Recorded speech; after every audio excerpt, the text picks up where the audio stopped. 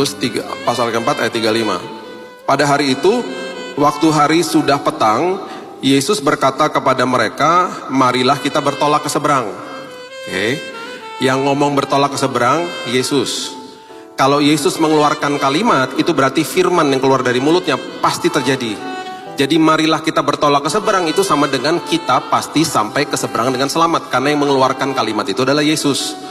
Kalau saya yang ngomong, saya nggak bisa kasih jaminan, saya manusia. Kalau Tuhan yang ngomong, jaminan. Terjadi pasti. Sekarang pertanyaan berikutnya. Apakah Tuhan Yesus tahu akan ada badai? Oh jelas. Dia maha tahu kok. Apakah Tuhan Yesus tahu dia akan tidur di buritan di kapal itu karena dia letih sebagai manusia? Oh jelas. Makanya kalimat itu adalah kalimat protection. It's a protection word. Itu adalah kalimat proteksi yang dikatakan marilah kita bertolak ke seberang. Dengan kalimat ini saya proteksi perjalanan kita.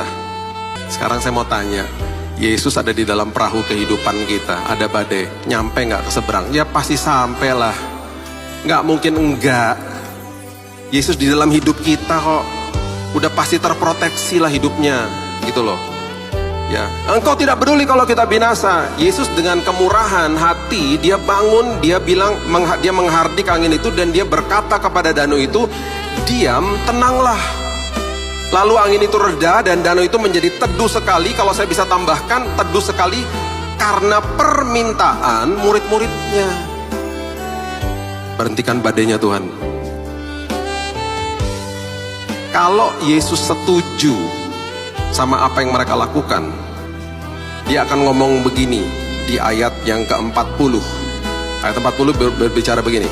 Lalu ia berkata kepada mereka, kalau dia setuju dia akan bilang gini, makasih ya guys udah bangunin saya, hampir kita mati bareng.